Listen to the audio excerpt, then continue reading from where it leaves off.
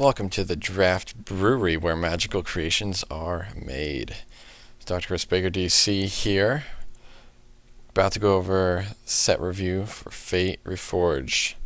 Now, I am doing this a little different than I did the cons one. Cons, I waited until I had tons of experience with the new cards. I played at the pre-release, played some drafts, played online even a little bit, and then I did set review to try to give my impression of the cards with some experience. But I've been anticipating this new set for so long. I'm so kind of bored with cons that I really just want to jump out there and be the first to review the set for standard Pauper and throw my thoughts out there on how I think it will affect the format, which cards are good, which cards are not worth wasting your time on, and all that good stuff. And then I figure it'll be fun to see how correct or incorrect I was in a few weeks or month or so, or even a few months down the road when the format kind of evolves. Cool. So a little review of how I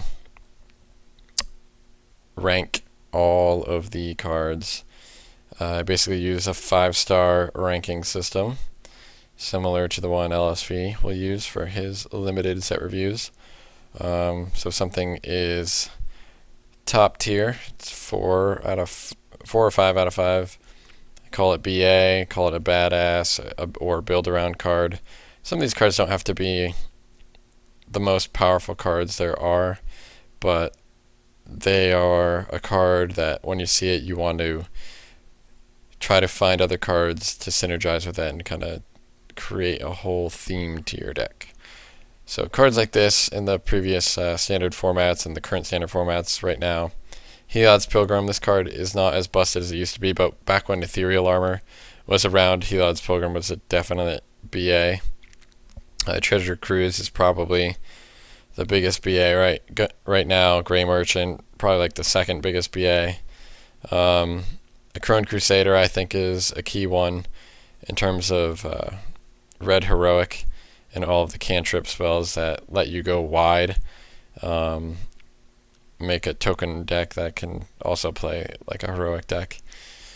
An Undergrowth Scavenger, being able to create a huge guy and use some of your creatures in your graveyard to make this guy. Kind of some examples of that, sure. P for playable, 3 to 4 range here. These cards are all like very solid.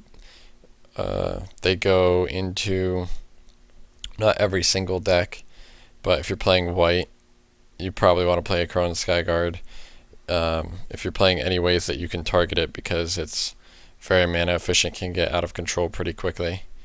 Same thing with cards like Nullify, Read the Bones, Lightning Strike, Hooting Mandrills. These cards are all super solid. Some of them take a little bit more work than others to do. That's why there's a range from 3 to 4.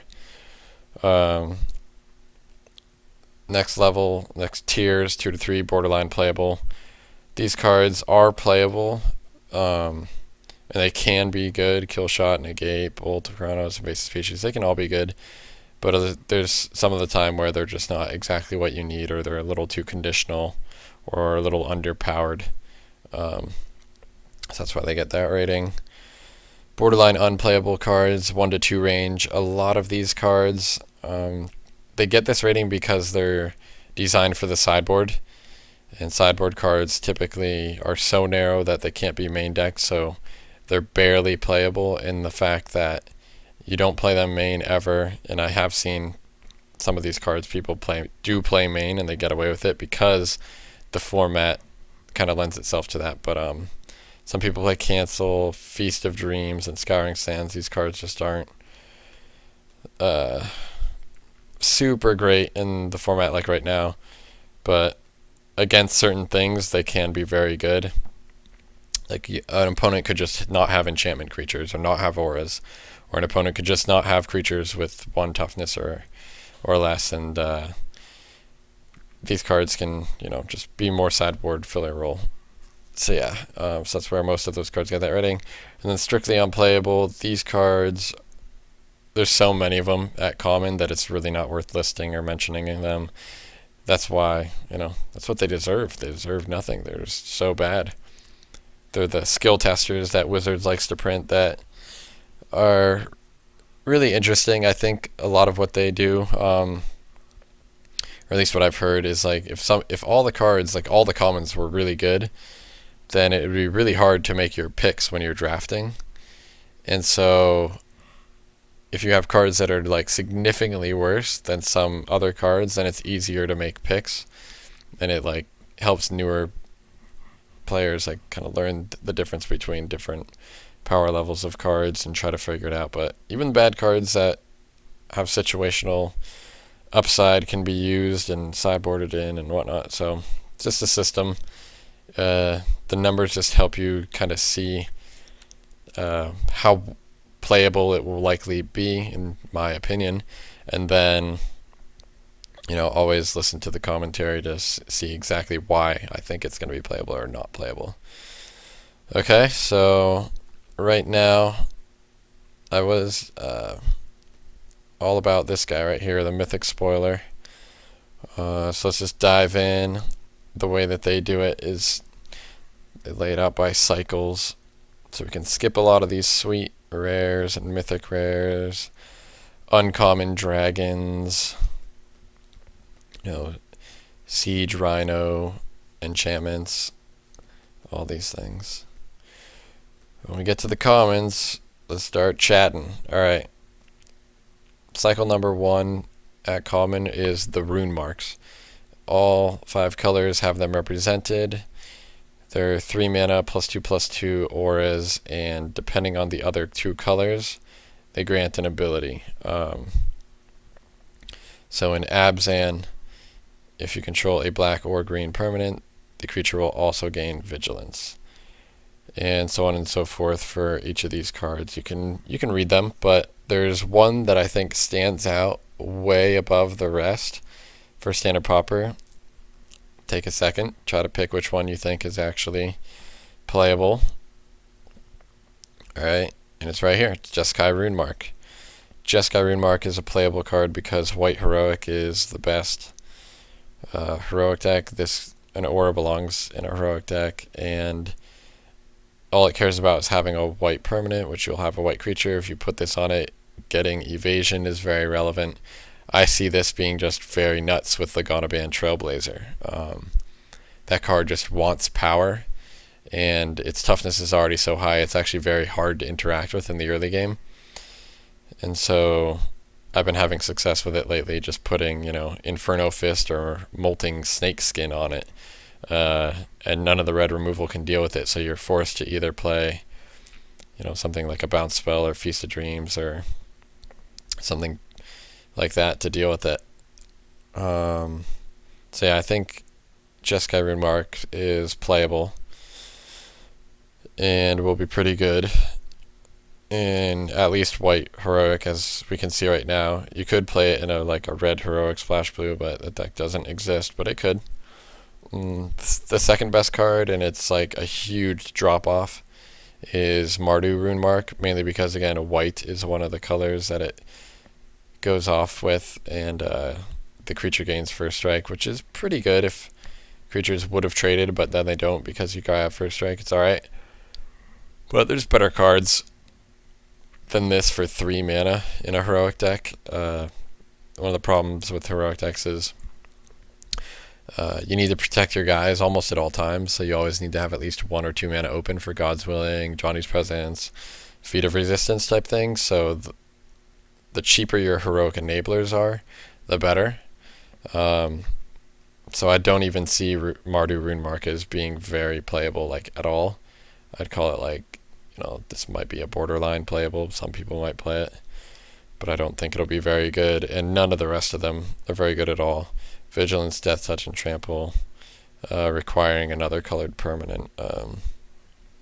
There's just better things you can be doing if you're going to be trying to do things like that.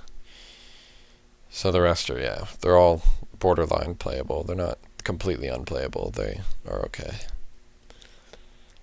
Next set here, no real rhyme or reason to any of these cards, I guess. So let's just kind of take them one at a time.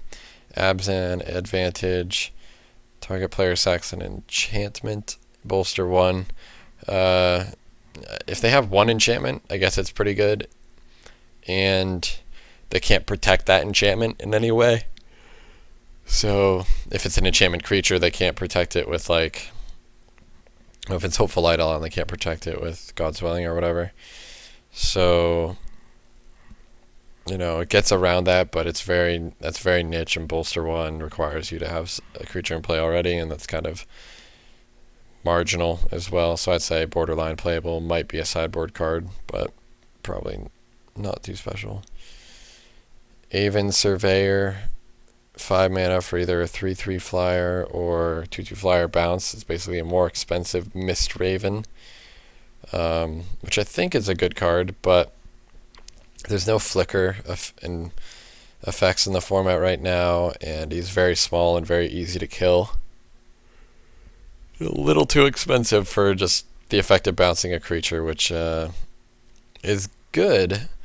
It's good at breaking up heroic synergies. It bounces tokens. I'll give this card I guess more like I'd say between like a 2.5 and a 3. Like this card's it's very borderline playable. A little too expensive for what you get, I think.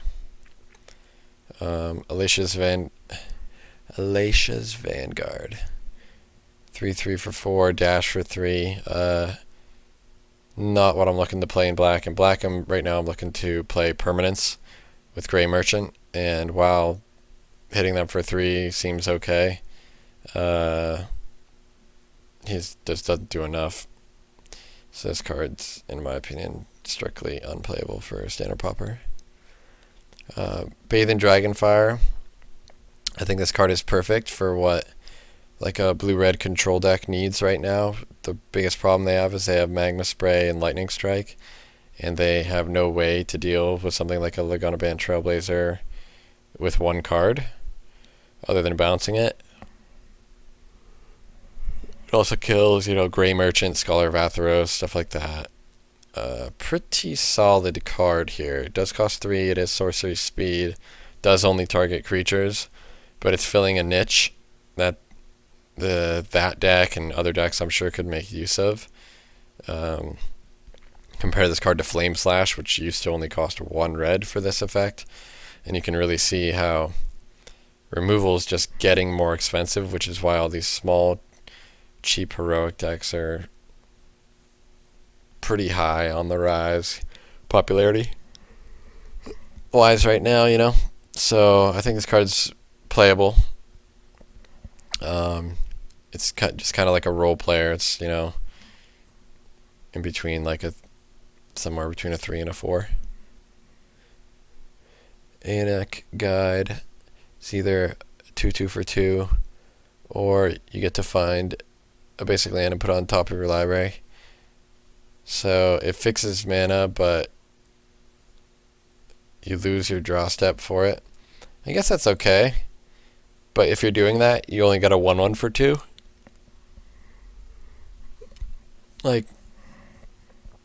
And who knows, you could just have that land on top of your library anyway. I'd rather discard, bring the card to your hand, or you sack the Secure Tribe Elder, or whatever, any other effect other than what this guy has. I would never play this card. 2 for 2 when you don't need the land is just incredibly mediocre as well. So I think he's strictly unplayable. Abzan Sky Captain, 4 mana 2/2 flying. When it dies, bolster 2. Talking to a friend about this card today. I think it's strictly unplayable. He thought it might be good. Maybe he was thinking more just for limited. But if you don't have another creature in play when it dies, it just does nothing, and it's already way smaller than a Wingsteed Rider, or more expensive than Wingsteed Rider, so it's hard to protect. And it's incentivized for it to die. But if it's dying, you're spending 4 mana for this, you're spending 1 for a Magma Spray, or 2 for Farika's Cure or whatever, and it dies, that's not what you want your 4 mana investment to do. it's a good backup plan if the 2/2 flyer is relevant on its own, which I think this card's pretty solid and limited because you'll have other creatures lying around and it'll make whatever's weak pretty solid by bolstering it. But for standard Pauper, I go unplayable. Ancestral Vengeance, 2 black, aura. When it enters the battlefield, put a +1 counter on target creature you control. Enchanted creature gets -1/-1. So interesting. So you target their creature, and then you get a counter on yours. So I don't really like this card. One, Crippling Blight can give a creature -1/-1, make it not even be able to block. And this you're paying a whole extra black mana for just to get a +1/+1 counter on your guy. And since it's a triggered ability, not a spell, you don't actually get to trigger Heroic by putting that counter on it. So you're not gaining Heroic off this card. So I'd just rather play Crippling Blight or Debilitating Injury. It's easier to cast as well, or like Freaka's Care almost every time. And you can't use that +1/+1 counter like a combat trick or anything either. So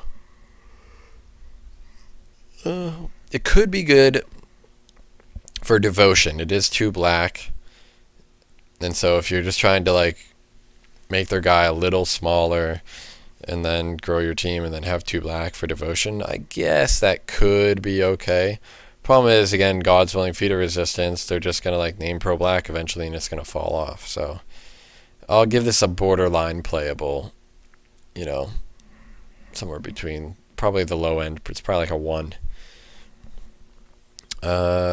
Archers of Carcy. I'm awful at these pronunciations, so don't mind that. 4 mana, 5/2 reach, Defender. Wow. Okay, I've been reading through the spoiler a ton, and something that I just realized for the actual first time is that this card has Defender. I thought it was a 4 mana, 5/2 reach. It has Defender. I thought this card was bad without Defender. With Defender, there's no way you can play this card. It dies to everything. It trades with maybe a flyer, maybe not. I don't know. Don't talk to me about that card. It's not good. Irration Cleric. This card's real sweet. I love cards that haven't entered the battlefield effect, so that way even if they die, they get their value. 2 mana, 1/3, gain 3 life. Not that great. We got like Jeskai Student as the 2 mana, 1/3, because that guy can bring some beats. But this card's okay because, and there's no flicker effect, but there are some cards that let you bounce creatures, or you just need to help pad your life total against mono red. So I think this card is it's borderline playable, and it's the low end, meaning it's more like a sideboard card against like mono red type burn decks and aggro decks. But I do like this guy for his ability to just give yourself a little buffer. Everybody needs a little buffer. Okay, next one, Enhanced Awareness. This card's pretty sweet. If it's Sift at instant speed for an extra mana. Draw 3, discard a card is pretty good. And in fact, I think this card in the format right now is much better than Sift would be, because the blue decks you want to be holding open, counterspells, Nullify, Negate, Cancel, Lightning Strike, Magma Spray, Griptide, Void Send. You want to be holding open mana anyway. And if you have that mana to do something, draw 3, discard a card. I mean, this is like amass the components. This is almost, it's like casting a Treasure Cruise almost, right? And so if you're going to play Treasure Cruise as well, this card puts itself and another card into the bin, kind of like Tormenting Voice, which helps fuel the next Treasure Cruise, which just digs you faster into more relevant spells. And while you might have to lose a spell or two, usually it's land that you have to ditch, or some situational card that's not that good, you're digging 3 deeper and you're just getting way ahead with it. So I'm a pretty big fan of Enhanced Awareness. I think it's awesome.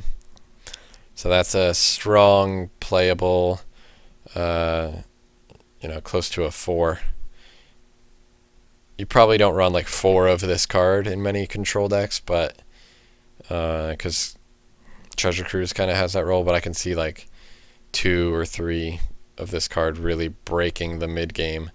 It just puts you right into late game advantage if you can let this resolve and have good, cheap spells in your deck as well to help you stabilize to get to that point. Like you can play a lot of 1-for-1 removal in this card and get away with it. Like you can start playing decks with, you can say maybe blue-white gets a little bit better as a control deck because you can play, Last Breath, Pillar of Light, Kill Shot, some of the other new white removal spells that aren't as situational, and then refill with this card. Could be good. All right, next card, Aven Skirmisher. This is Suntail Hawk reprint. It is a warrior, which is something to keep in mind. A common, we don't really have Raider spoils or anything, but you do have Rush of Battle, and you do have a white token aggro deck. It's pretty good. That uses things like Loyal Pegasus and stuff, which this card works really well with. So I think this card's actually, it's like borderline playable, borderline unplayable, somewhere around like a, right in between. If we go borderline playable, borderline unplayable, right in between. It's right about a 2. Yeah, that's right. I needed to reference my own 5-star ranking thing to figure out what number to call that, because it's not an easy system. By all means, if you need to check back to it every now and then, no big deal. All right, next one. We have Lightning Bolt, sack a creature. Bear to entry is just a little too high. It's pretty good, though. You could play this card with, like, Raise the Alarm and other white token makers and really... Actually, yeah, it's probably playable. It's probably like a low-end playable, borderline playable, in between a 3. Probably closer to a 3. Just 1 mana 3 damage is really efficient. And sacking a creature. I guess if you're sacking a token, it's not that much help to fueling your graveyard, but I feel like there could be a creature that you sacrifice. I know there's one creature you can sacrifice and manifest a creature. That's a way to get value off of sacking a guy, and it puts 2 things in your graveyard, which again helps fuel Treasure Cruise. So be on the lookout. I think this card is pretty solid. The fact that you can just like pay 2 mana for Lightning Strike and get what you want all the time is probably going to push this card out, though. Or you just play all of this effect and just try to burn people out. You never know, so it's close to playable is what I'll say. Next card, Lotus Path Jin. Basically Jeskai Windstout, except you pay 1 more mana and you get 2 points of toughness bonus. I think this guy's going to be sick and limited in draft and sealed, but Center Pauper, again, he costs a little too much. 4 mana is tough. He's kind of easy to kill, like if you play him on turn 4. But he's got prowess. I mean, he'll get big pretty quickly. He could go into like a blue-white heroic deck. I feel like blue-white heroic is a little bit more mid-rangey. Just like we said with Jeskai Rune Mark. This card already has flying, and it costs a lot. So I think it's like it's borderline playable, unplayable, I'd say, somewhere between a 1.5 and 2. Dowson Gloom. This is basically Farika's Cure, except it costs 2 colorless instead of a second black. It's nice to have a redundancy of that effect. In a deck that you don't want to play double black, you can play this. It's a playable removal spell, but I don't think it's good. So I think it's like, it's low. It's like it's between like If it was going to be, what, between 3 and 4, I'd say it's like a 3. Okay, Defiant Ogre enters the battlefield as a 4/6 for 6 or Shatter something. Well, there's no real playable artifacts in the format right now worth speaking of that require 6 mana answers to, so skip it. I dare you to defy this ogre. It is not worth playing. Feral Crew Shock, 5 mana 5/4 Spined Worm reprint, which is pretty cool. I think this card's playable. The fact that red has a way to deal 4 damage to one creature is a little rough. The fact that Nessian Asp still exists at 5 mana is a little rough. If there's a way to give this thing trample, something like that could be good. One of the rune marks inevitably gives trample, right? The green one gives trample if you have a blue or red card, right? So if you play this in green blue or green red, maybe enchant it and not get blown out by removal or bounce spell, could end the game quickly. So it's vanilla. It's borderline unplayable though. It's like between a 1 and a 2. It's just like kind of expensive and doesn't do a lot. He's a big dumb animal, folks. Yeah. Okay. Dragon Bell Monk, 3 mana 2/2 Vigilance Prowess. Vigilance is really solid, especially if you can enchant this thing with anything relevant. The thing about Prowess is, and Vigilance is, if you're activating Prowess a lot, like let's say I play it, then the next turn I, go off and I go, Defiant Strike, Dragon Mantle, and make it big, then I make it attack, they can't block. Well then, like, on my turn, it shrinks again. Unless if I had, like, let's say I put Hopeful Eidolon on it on turn 4. It attacks as a 4/4, but now it's only a 3/3 on defense. So you can't, like, trigger Prowess on their turn and your turn. So it's only, like, think of Prowess as, like, instead of a heroic trigger, it's like a half heroic trigger. And it's temporary too. So it's got a lot of competition at the 3 slot, I'd say. This card's like got some interesting things. I like Vigilance just on the creature because if you put something like Molting Snakeskin on it, he gets to be a real pain to deal with on offense and defense. Like, they can't attack and they can't block it well. Like, that can be pretty rough. Yeah, I'm interested. I don't think I'm not looking to play a card like this, but I think other people might. It doesn't make tokens and stuff though, so it's not strictly unplayable, I'd say, but it's borderline unplayable. I think it's just a little underpowered. I'd like to be wrong and see someone make a sweet Prowess deck though. Next card, Hunt the Weak. This is a reprint. This is already in the format, I think, from M15.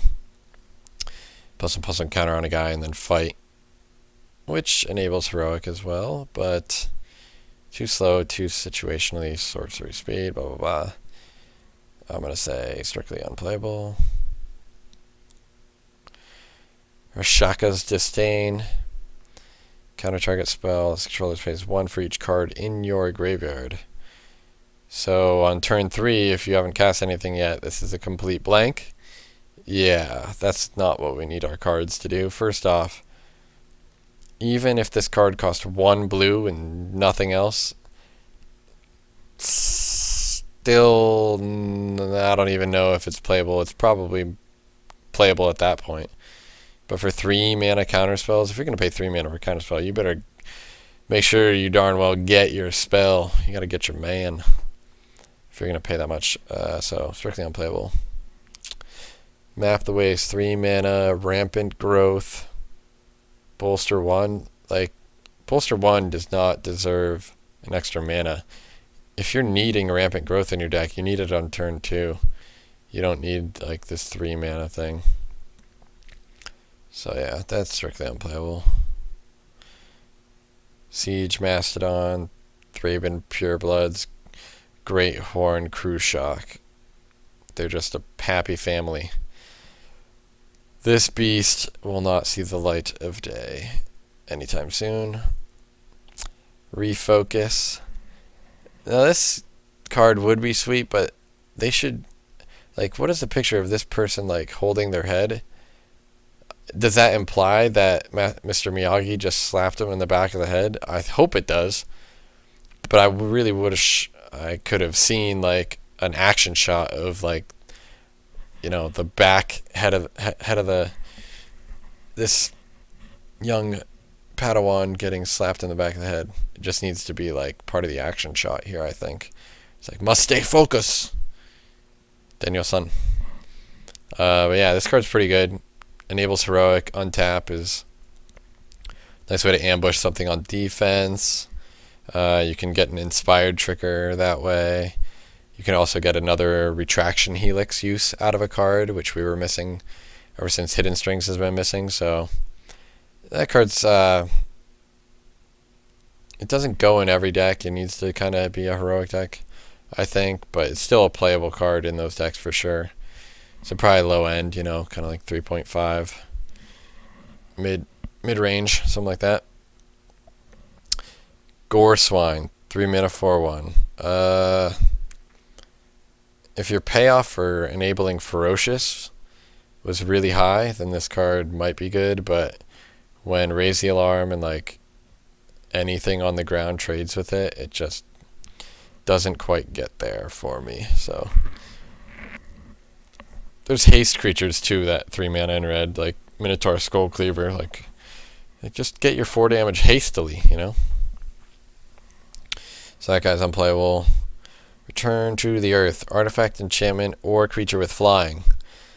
So Plummet and Naturalize had a meeting, and they said, you know, nobody's playing us. Let's combine forces. And they combined their mana costs and their effects, but you don't get to kill. Like, if they said destroy target artifact or enchantment, and then a big backslash, and target creature with flying, sign me up. For 4 mana, sign me up. But now it's like, yeah, we might kill a guy, we might kill something. It's just like, the versatility is there, but for 4 mana, like, you know, this is going to make the sideboard of, like, as a 2 of in some green decks, but not even all green decks, so it just depends if artifacts are relevant, which they usually aren't. But so that is a borderline unplayable low end. That's like a 1. Let's keep going. Where are the commons at? Pressure Point. I like the flavor. By studying dragon anatomy, Jeskai monks have learned how to locate clusters of nerves that will incapacitate even the mightiest dragons, you know. As a doctor of musculoskeletal medicine, I appreciate that. You know, there's nerve clusters all over the body.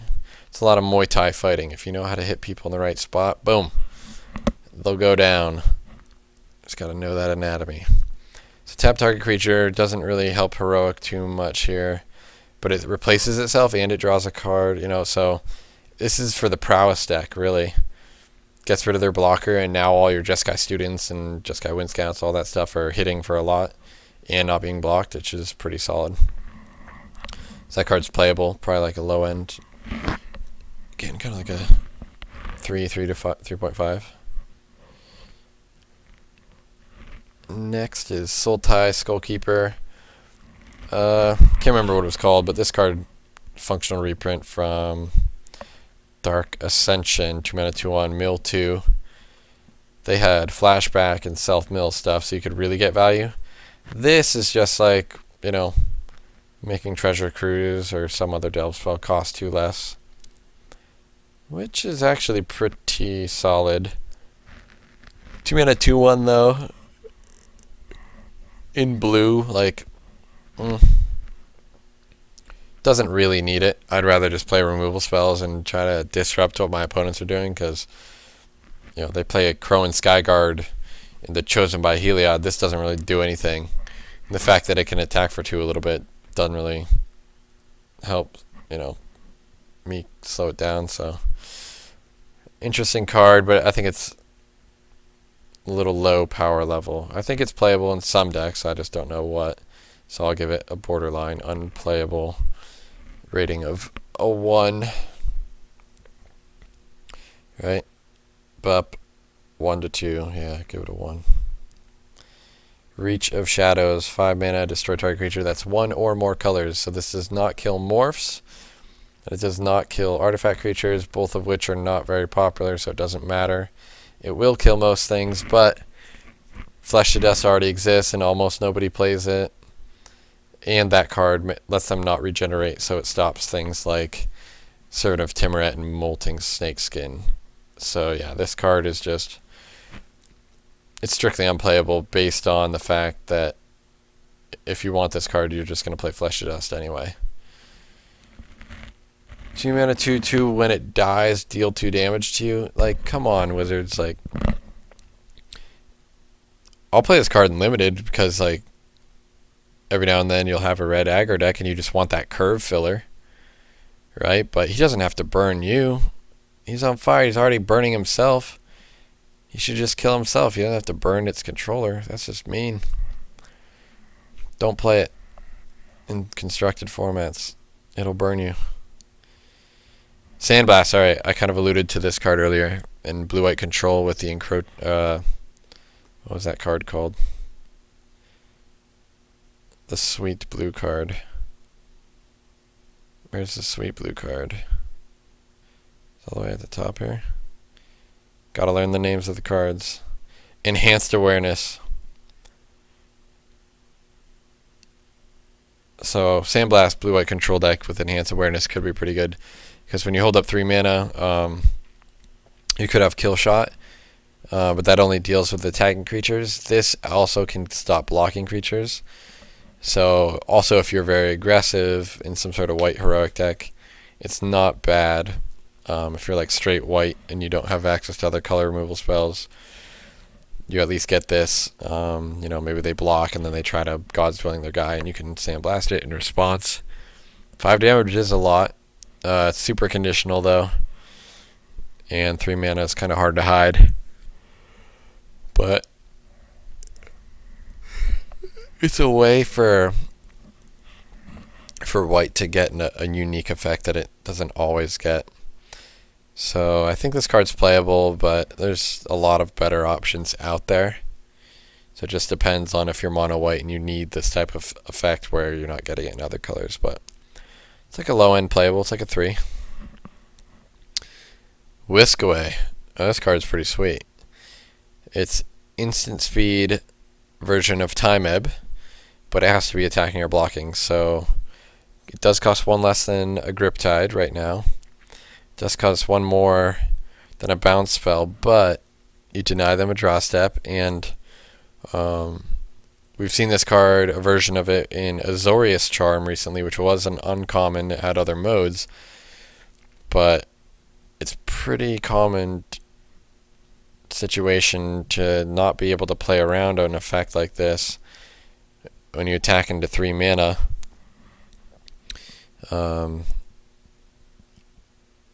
Because they could represent, counter spells, burn spells, whatever, removal at the same time. So this card really helps control decks. The control decks now have multiple ways to interact with heroic decks and just have a lot of starting to be cheaper removal. I mean, if we're looking at 3 mana removal, that's like as good as we're going to get. 2 mana removal is just like way too conditional. This is at least not conditional, and it buys us a draw step, so, get the Chittering Wrath them for a turn, which, no one likes to get that done to them, and everybody loves to do that to somebody. If you don't, then you're not a human who likes to play Standard Pauper. Okay, so that card's sweet. That is a playable, probably like a solid. It's like a solid 4. Sibsig Host, 5 mana, 2 sick. Enter the battlefield. Each player puts the top 3. First off, these stats are awful. so it doesn't pass the vanilla test at all. And you're enabling them. Like, you cast it, and then you're tapped out, and then you just gave them 3 mana to cast Treasure Cruise, where you can't do crap about it. So you're enabling them a lot of the time too. It has a big toughness, so if it gets milled, you could like Rot Feast or Maggot it and gain 6 life. But this card needs to, like, I don't know, cost less mana or have some other ability for it to be relevant. But zombies are dumb and they don't know how to do anything except kill things and put them in the graveyard. So that's what we get. So it's strictly unplayable in my book. Tamir Battle Rage. This card is real sweet. Instant speed, 2 mana. Creature gains double strike, enables heroic. Ferocious, they also gain trample, which is awesome. If you're giving a 4-power creature double strike and trample, then you just basically gave it +4/+0 and trample.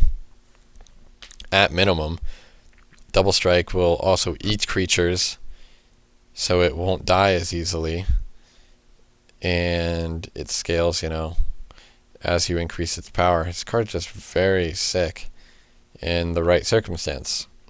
Things like, Molting Snakeskin, Inferno Fist, other heroic creatures that are getting +1/+0 counters, Titan Strength.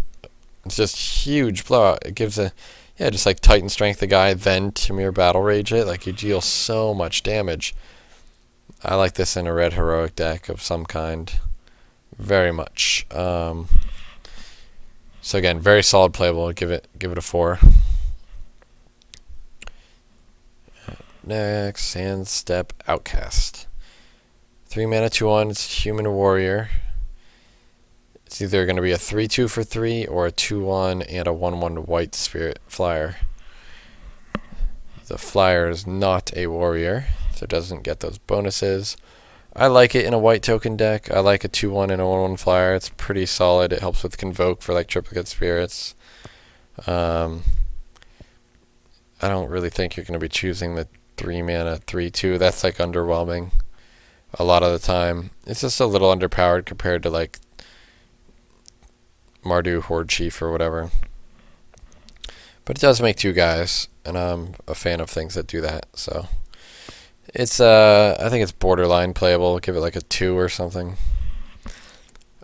Will of the Naga is basically just Frost Breath that you can potentially play for blue. In Cons Limited, this card is going to be busted. People are investing so much mana, 3 mana for a morph and then 5 mana to flip it. They're like time walking themselves twice just to get their guy to do something. And then this card just comes along and says, Crippling Chill, 2 guys for 1 card. Crippling Chill is insane as it was too, so this card's going to break Cons Limited for sure. But, I guess it's solid if you're some sort of like blue tempo-y aggro-y deck, but if you're delving, why don't you just delve Treasure Cruise and play other like bounce spells that are proactive? This doesn't require them to have creatures. Bounce spells can save your own guys too from removal spells, so I don't really think a card like this, like Sudden Storm, is already in the format and nobody plays that. So I'm gonna say this card's strictly unplayable. It's not strictly unplayable, but it's like a 0.5. Somebody might play with it, but I'm not worried about them playing it. I don't think it's gonna affect very much. 6 mana 5/5 Ambush Crowdick. Trample, enters the battlefield, return another creature to your owner's hand. The only thing we've seen with the end of the battlefield effect, gains 3 life, 1/3 in white. If this card had flash, maybe. Like, isn't this... Yeah, what the heck? It's like... It has... Where did I see the word? Ambush, yeah. Ambush. The fact that this card doesn't have flash is a huge flavor fail. and an unplayable fail. It's strictly unplayable. There's nothing you can pick up to get your value back. It costs that much mana. If I had flash, it could be a removal spell. Then we can talk. Otherwise, don't talk to me. Sigur's Cruelty. Hopefully 1 black Mind Rot, but really it's like, why are you delving a card like this when you can just play Mind Rot? Because 6 mana is never going to happen when it's relevant. In the early game, that card is strictly unplayable. Marty Scout. 2 mana 3/1, or easier to cast 2 mana 3/1 haste. I actually like this guy a lot. It evades sorcery speed removal. If you're like a straight red deck, you don't mind maybe playing a 2 mana 3/1. But if you're at that point in the game where it's just like any top deck, if they're at 3 life, like any top deck burn spell kills them, well, this counts if they don't have a blocker, right? You can just haste it and deal it immediately. I like this card in like a red aggro deck. It's probably a little bit better than like Valley Dasher.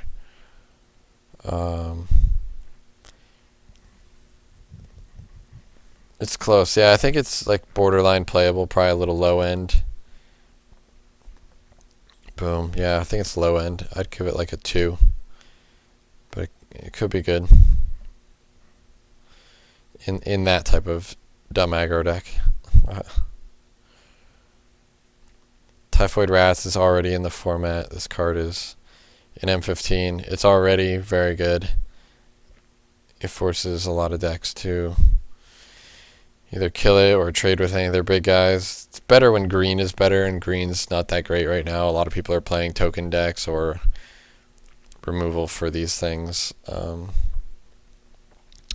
Playable card though. I say it's low, it's like a 2.5 to 3. It's playable. Formless Nurturing. There's a bunch of these cards with Manifest, right? We haven't really talked about Manifest. Manifest the top card of your library, put a +1/+1 counter on it. So it's a 4 mana 3/3.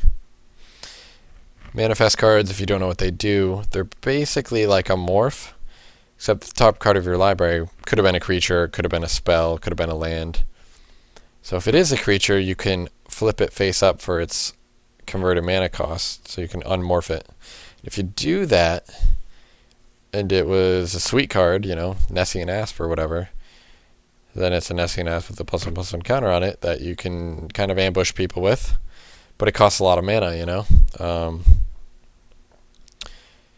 So yeah, so a card like this, just like, it could be okay. It could turn your land, which was doing nothing, on top of your deck into a creature, so it kind of draws a card in that sense if you hit a blank. But it's just, there's a little bit of scry, but it's kind of hard to control that type of, what's on top of your library and with just commons. So a card like this, again, just 4 mana 3/3, not anything special, like just dies to Lightning Strike, yeah, for costing too much mana. Not exactly what I'm looking for. I would call it strictly unplayable because I haven't played with Manifest cards yet. I don't know. But I would say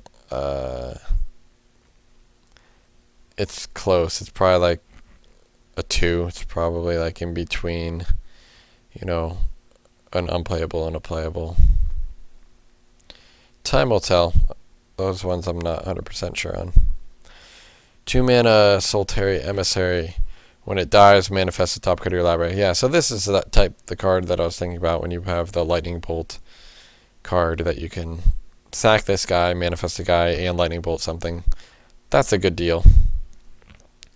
But even then, it's a warrior, which is good, but this card's just like underpowered.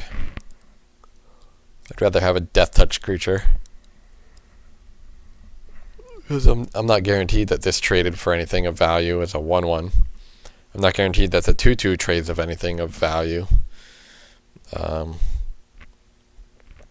yeah, I don't think this card's really good. It's like a It's like a 1. It's between strictly unplayable and borderline. Or, yeah, borderline unplayable and strictly unplayable. What else we got? The red one just costs 1 more mana and gives 2 counters. Yeah, that's not what red decks are trying to do. I say that one's definitely strictly unplayable just because all the red decks are trying to be faster than everything else. Lightning Shrieker. Yeah, this card looks so cool. 5 mana, 5/5 flying trample haste. It looks so awesome. But its drawback is actually just like kryptonite at the beginning of the end step, which is both people's end steps. You shuffle it into your library. There's like no way around this. You can't momentary blink your guy with the trigger on the stack because it's just going to exit the battlefield when your opponent's end step happens. Like it's just bad. It just doesn't get there. Now, if you could play it and then have like a bunch of static effects, like, you know, like a Crusade type effect, an Anthem, something like that, where it's not just a 5/5, you know, if it's kind of a battalion enabler where you attack with 3 or more creatures because it's got haste, but you know, if there were things that said like ferocious, when it attacks, your team gets +1/+1, that's pretty sweet because you don't even have a 4-power creature in play, but if you had a creature that said, yeah, 2 mana, 2/2, you know, ferocious, your team gets +1/+1 until end of turn or something. This guy would be sweet because he could come out of nowhere, he would grow, and be more than just the lava axe for the turn. But I don't see too much synergy with stuff like that. So right now, he is a sweet looking card, but he is strictly unplayable, in my opinion. Right into being. So this card's really sweet, actually. It only costs 3. You're getting a 2/2. And you get to essentially scry 2. Look at the top 2, manifest one of them. So you look at the top 2, you can either say, ooh, this creature is good, and hopefully it won't die. Put it into play, or, you know, if you got 2 lands, it's like, okay, put this crappy land in the play that I didn't need, or something, and then if you do need a land, put the other one on top. If you don't need it, put it on bottom. So again, turning your lands that are unneeded into spells is pretty cool. But yeah, I think this card's quite. If we're going to see manifest be a playable mechanic, this is one of the cards that will definitely be in decks that are playing manifest cards. He's really good. Like, it's really good at having the ability to, like, let's say creatures that have comes into play effects that are drawbacks. That's what you want to be manifesting. Like, people in Constructed are doing it with Phyrexian Dreadnought, 1 mana, 12/12, you know, sack 12 power and toughness. Just manifest it and then flip it for 1 mana. That's insane, right? So cards that say, like, when it comes to play, you know, like sacrifice a creature or deal X damage to yourself or something like that, that's the kind of card this wants, I think. And right now in Standard Pauper, we don't have too many of those. But be on the lookout. This card might get better over time. But I think it's playable in that type of deck. Maybe a low end playable, like a 3. Whisper of the Wilds, 2 mana, 0/2, gain 1. If you have power 4, gain 2. If you have power 4, you don't really need 2 more mana. He never attacks for any value either. Being a 0/2 is actually really bad. Like, Golden Hind is just a 2/1. That's fine. Voiding Satyr is a 1/2. You have Elvish Mystic. This card's just not where you want to be. You want some power. Bunch of rares. Goblin Heel Cutter. 4 mana, 3/2. Attacks, target creature can't block this turn. In red decks, I love this ability, this falter effect, pointed effect. And the fact that you can dash him, dash is the Sand Scout ability where you play it with haste and then it bounces back to hand. It's pretty sweet. This really lets you crash in a lot of damage. I can see this card. Sometimes in a mono red deck you don't even get above 3 mana in a game, but you like play 1 drop, 2 drop, 3 drop, and then you have this guy in your hand. So like turn 4, you can play this with haste. Their guy can't block. They take a bunch of damage. You bounce it, and then you're fine playing it again with haste. It's another 3 damage that it's doing on its own. It's either trading with something else. It's making something not be able to block again. It's pretty solid. And then if you're ever like in top deck mode, you can still always just play it for haste and have mana to leave it to do it again. 4 mana is kind of a lot, but I think he's a pretty good role player as a 3 mana haste creature that really interacts favorably with what red is trying to do. And then play cards like Lightning Strike and the new Lightning Bolt and stuff, and really just burn people out of the game. It's just the fun police. You got to watch out for that deck. Nobody played it today at SPDC, right? Just for a date and time check, I'm doing this recording on January 11th, a full week before the pre-release happens. So yeah, good card, playable. I'd say maybe like in the red deck, it's probably like a 3.5, something like that. Frontier Mastodon, 3 mana, 3/2, ferocious. It becomes a 4/3 for 3, but you already need to have a 4 power creature in play. I just want to play this on turn 2. Turn 1 Elvish Mystic, turn 2 this guy. But turn 2 4/3. But he's never that good.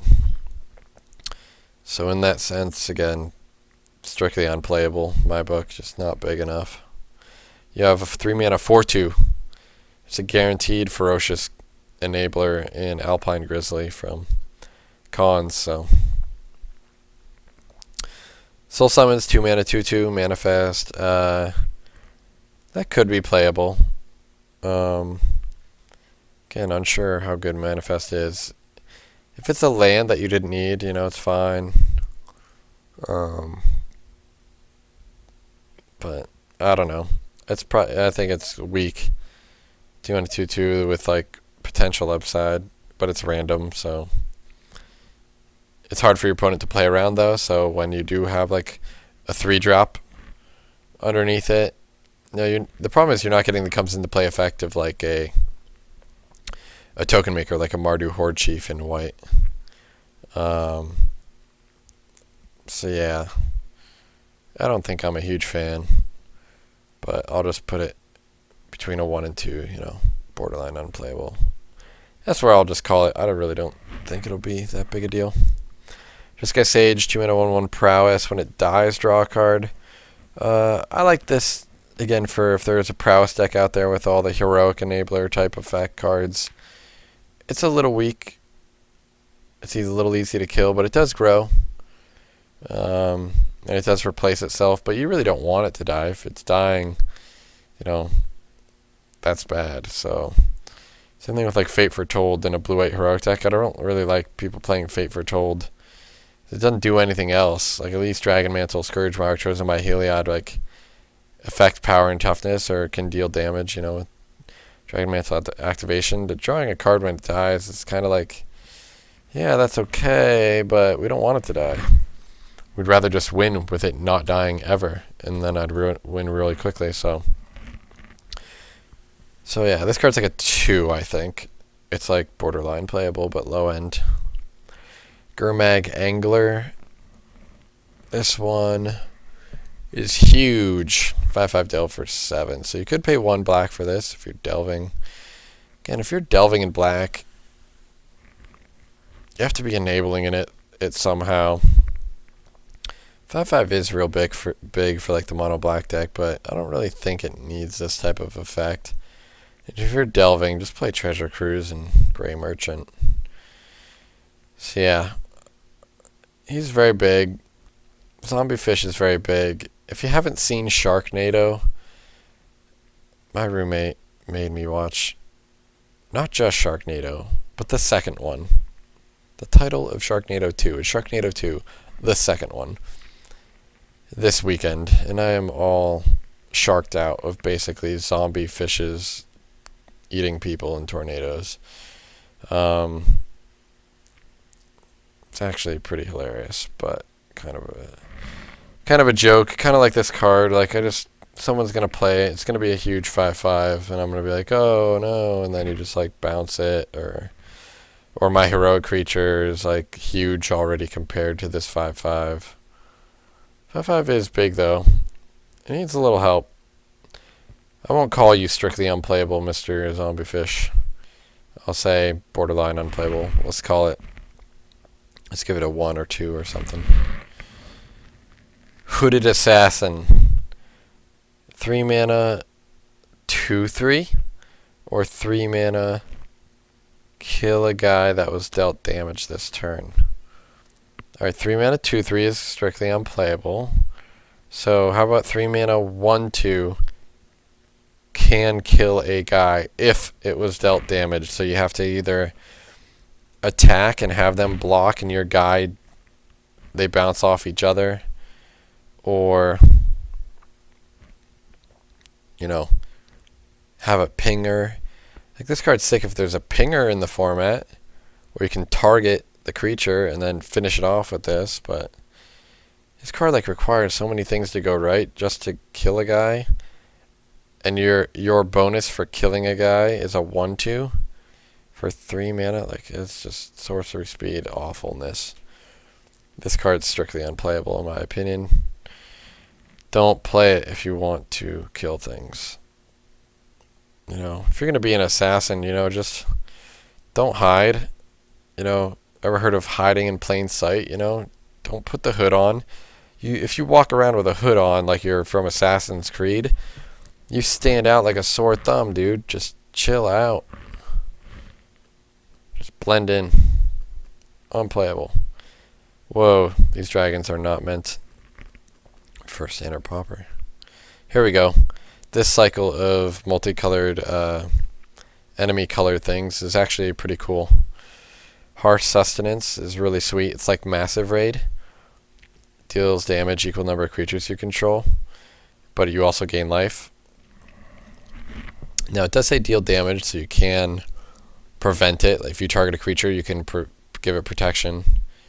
And it's not like a drain life effect. So I don't know if let's say they prevent the damage to the creature, do they also gain the life? I don't know. I would call a judge to learn about that one.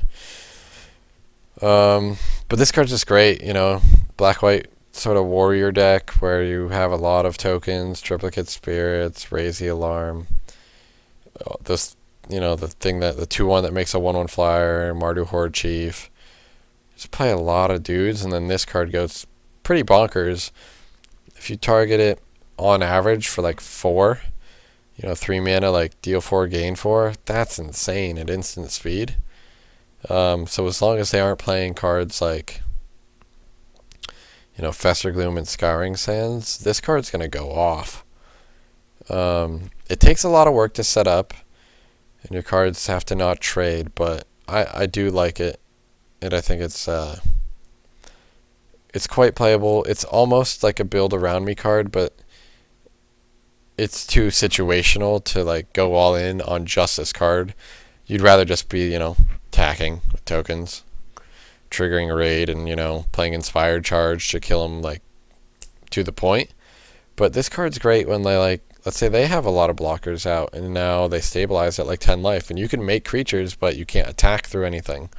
It's just like another Inspired Charge that doesn't require you to go through their blockers. It also can kill a big creature. Let's say they have a big creature and put Hopeful Eidolon or something on it, and that they're racing you very well. Killing creatures pretty sick too. So overall, I think this card's playable. It's a little bit of work to do black-white, control tokeny type effect is sweet though.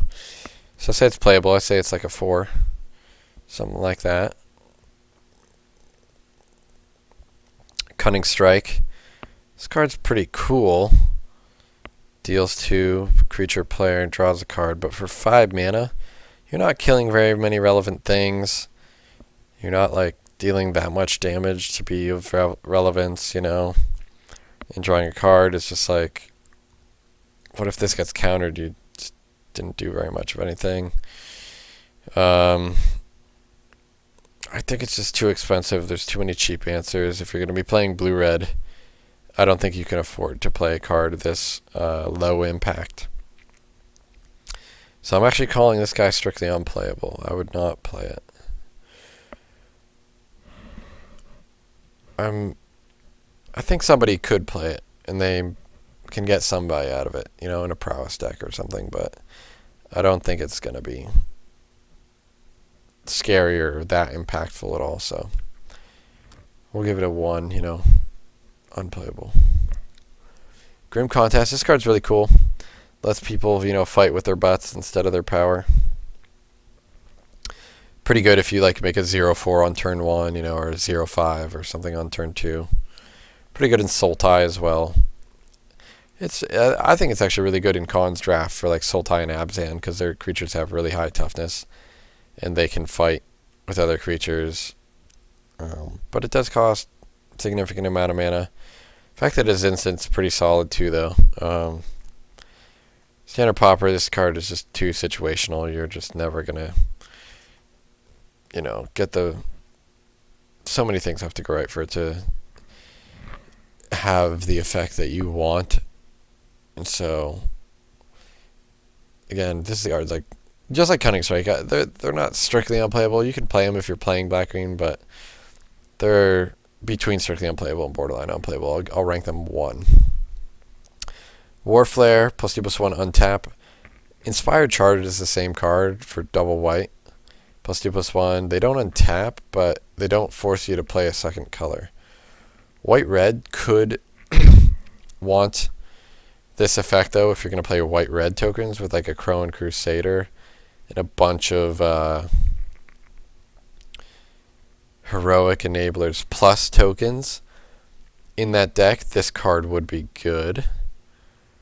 But you don't need it. Like, you already have... You could just play Trumpet Blast. That just having a cheaper card, really, the extra toughness and the extra untap ability, I don't really think helps when you're just doming them. Like, +2 per creature. If you have, like, 5 creatures, you know, it's 10 extra power. Like, they're just dead.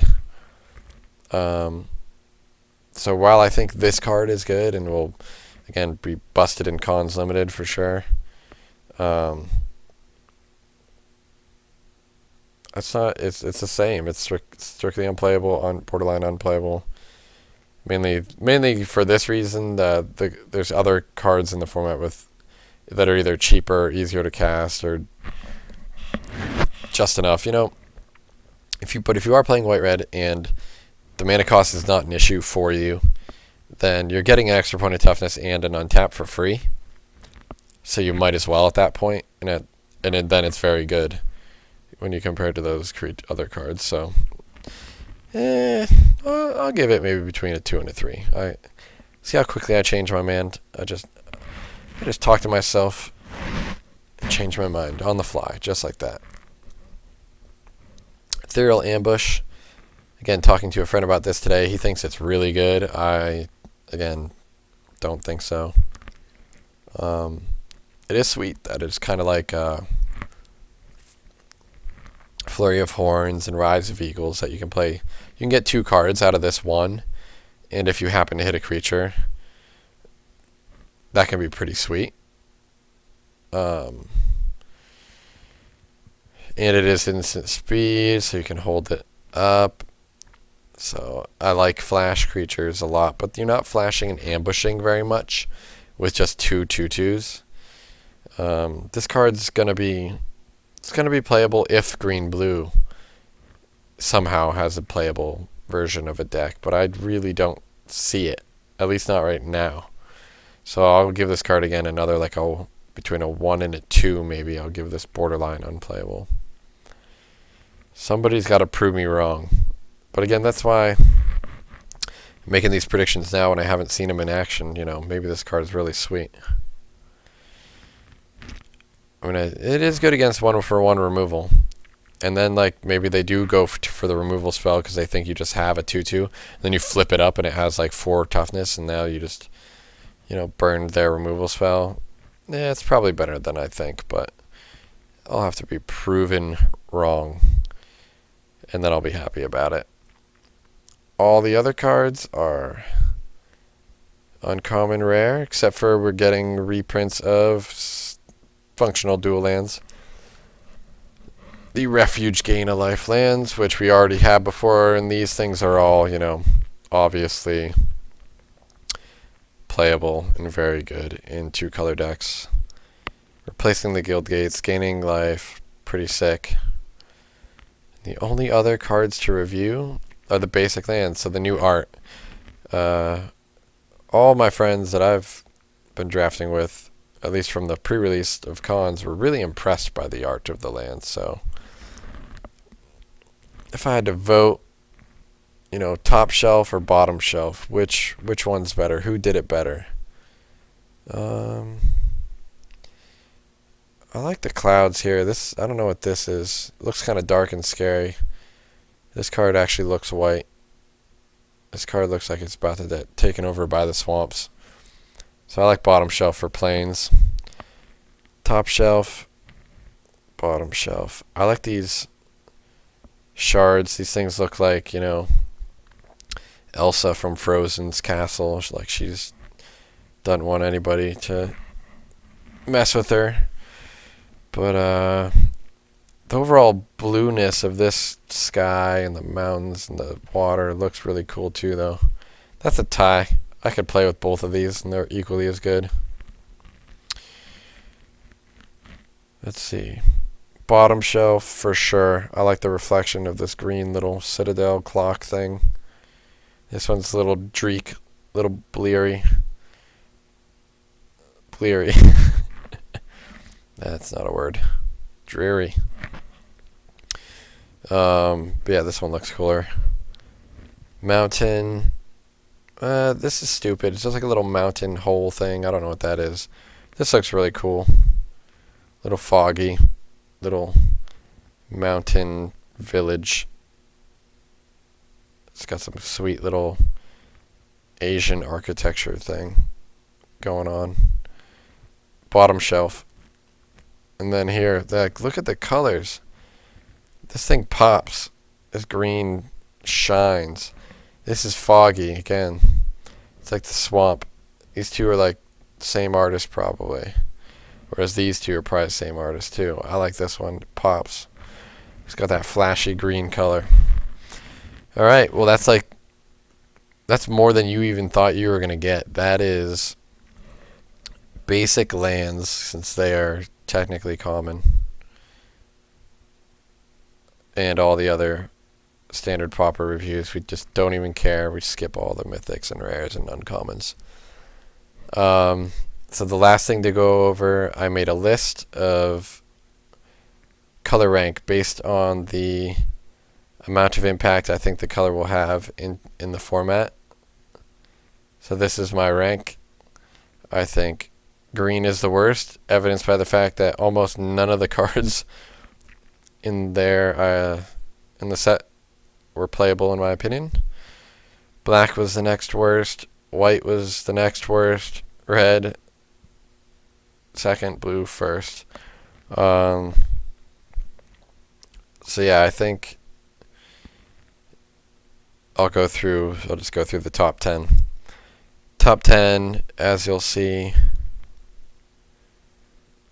right into being, again, this is kind of my concession to, I don't know how good Manifest is, but I think just being able to like scry 2, have a little bit of deck manipulation is pretty solid. So I'd like to see that be good. Sandblast, unique effect for white, should be a sweet way to kill some creatures. Harsh Sustenance, a little narrow. It's only going in 1 or 2 decks, that can cast it. But if you got creatures, you can dome people. You can cast this for 20 damage. That'd be awesome. Probably won't even need that much, though. Arishan Cleric. This card, I think I maybe rated it a little too highly. Maybe Harsh Sustenance is probably a little better. But I think it's more of the fact of like, what do cards like this do to a format? When people start to play a card like this, it pushes out like the dumb red aggro deck, or at least makes people in the dumb red aggro deck have to play other things to deal with stuff like this. Because you can play like Peel from Reality with this and actually get some good value and stuff, right? So I like this. Again, I've been playing a lot of aggro combo-y, aggro beatdown type decks lately, but I'm really looking to try to make good control decks. And I really think this card can help in that respect. Life gain is good because it allows you to draw more cards in the late game. Yeah. Goblin Heel Cutter, this card's pretty sweet, I think. As the 3-mana haste guy, it's really relevant. For the red decks, should be awesome. Jeskai Runemark, this card, again, white-blue heroic, it definitely goes in, makes the Contraband Trailblazer. Jeskai Student, even just putting it on a Crone Skyguard or whatever. Aeonic Bondkin, something like that. This card's sweet. It's going to dome a lot of people. Bathe in Fire. Now, I don't think this card is maybe the absolute, auto-include, just such a good removal spell. But the mere fact that red decks, especially like the blue-red control deck now, have access to this is going to potentially fundamentally change how people play. If they're going to decide to play like Scholar of Atheros versus like Raise the Alarm, the token style deck might become popular if people want to play cards like this to deal with like, the Gray Merchants of the world and whatnot. So impact be very high, even if it even doesn't get played that much. It's just the fact that red can deal with 4 toughness guys is pretty sick. 3, Tamir Battle Rage. This card is going to end a lot of games. I just see Titan Strength's best friend with this guy, and just haste creatures, and this just goes right into mono red or Boros heroic. Should be fantastic. Dragon Mantle, loves this card. So good. Let's crush people. Yeah, Tamir Battle Rage. It should be like, should probably be called like Boros Battle Rage. At least for standard Pauper. Enhanced Awareness is number 2. Mainly due to the fact that this card ensures that if you're still alive and you can cast this, on turn 5 or whatever, it transitions to mid to late game so fast. It might not be a 4 of auto include, but I really think it helps control decks that especially are trying to play Treasure Cruise, number 1, and number 2, not tap out. And so it enables you to play like heavy land, high land count decks that just play like maybe a couple cheap walls, some O4s or something in the early game, and then just sit back on these counter spells. But like, it's hard to like play Read the Bones or Divination sometimes, because then you let your opponent like go off and resolve all these things. But if you can draw 3 and like get ahead and then like start treasure cruising a lot earlier, I think this card fundamentally changes how good and how well prepared the control decks of the format can do to like keep up and try to have ways to recover for all their 1-for-1 removal in transition into the treasure cruise late game as fast as possible. So yeah, I'm looking for that card to do crazy things. It is super expensive, and it probably it's not going to be a 4 of in a lot of decks, but I think its presence can really help a game. Like, just cast this card in one game, next month, and tell me how it goes. It probably is going to feel awesome. All right, my top number 1 card, thing that I think will make the most impact. Boom. Whisk Away. So this card just crushes, any creature. Doesn't matter how big or small. And it's maybe not going to replace, like, Voyage's End, but it can replace, like, a Griptide. It's so much, cheaper. It's really hard to play around because there's so many other instant speed things they could do. Like, once you get to play with this and enhanced awareness together, like, they can't just sit back and play around Whisk Away, because then you're going to draw cards. But if they play around it too long, yeah, like, they won't be able to keep up. But if they don't play around it at all, then they're losing their draw step as well, so they're losing cards in a different way. So yeah, Whisk Away, ups the ante of Force Away a lot, and I'm pretty excited to try to, at least I think that, like, this presence of this card will help change the metagame to be this, like, build a Voltron heroic with +1/+1 counters metagame, to people are going to soon realize they're going to get blown out by these control decks, so they're going to have to go wide, and they're going to have to make tokens.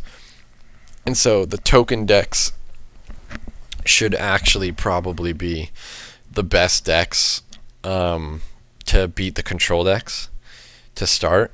And so that, again, then that might be like another metagame shift, and people need to put Scouring Sands in their main deck just to handle the tokens. But Scouring Sands is, I would 4 of auto include it in my sideboard right now anyway, just to deal with those decks, because they are very good. So yeah, there it is. Leave a reply, comment, especially if you agree, or especially if you disagree. I mean, I think it's very healthy to hear just kind of my opinions. I've looked over Spoiler a lot, put a lot of thought into some of these cards, but I don't have a clue. I haven't played with them yet, So don't play with the cards at the pre-release and then 2 weeks from now and say, man, I think this card is sweet, and guess what? It is. It's like, you have 1 week to make comments before the pre-release happens, and you can combat me on some of this stuff. And then after the pre-release and after that release and Grand Prix San Jose that's coming up, and the Pro Tour, then you can make fun of me for my wrong analysis. But until then, let's just keep it classy. But I do like to notice all these best cards are blue and red, a little bit of white, 1 black card. Where's the green? No green. Green didn't make the list. Cool. Yeah, so thanks for listening. Hope you enjoyed the vlog. It's basically like listening to a podcast. I think the video background helps because these cards are new, and having the ability to read them and see them as you move along here is just a good way to learn, learn the format, learn the new cards, do what I try to do, is basically get a beat, a little upbeat on the format. But so when the pre-release happens, you're already like way on top of your game, and so that even players that are better than you maybe don't know as much as you about the new cards, and so you got a little edge whenever you can get it at the beginning.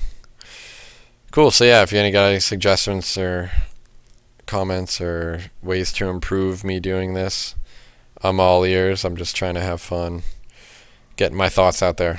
Cool. All right. Thanks for listening.